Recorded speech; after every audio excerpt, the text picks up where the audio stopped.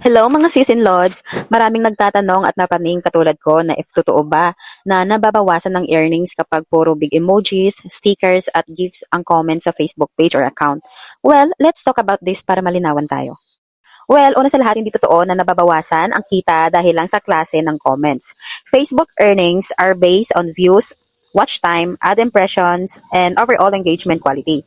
Kahit emojis, stickers, or gifts pa yan, counted pa rin as engagement.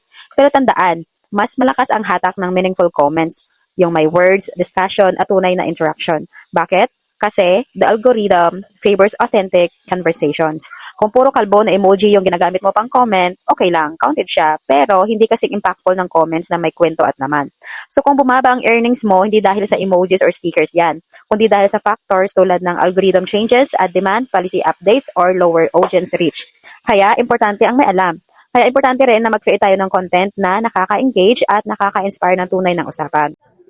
So remember mga sis-in-lods, huwag tayong matakot sa mga matatandang emojis, stickers o GIFs dahil part sila ng fun and engagement. So let's encourage our community to share their thoughts, kwento at reactions in words. Walang kompetisyon, walang silusan, lahat tayo ay may chance magtagumpay. Remember again mga lods and sis, the more authentic the engagement, the stronger the growth. So this is Vivian Vlogs, nagsasabing mag-iwan ng bakas para mayakap at matanggap. Keep inspiring, keep creating, and let's continue to rise together. Thank you for watching. Bye!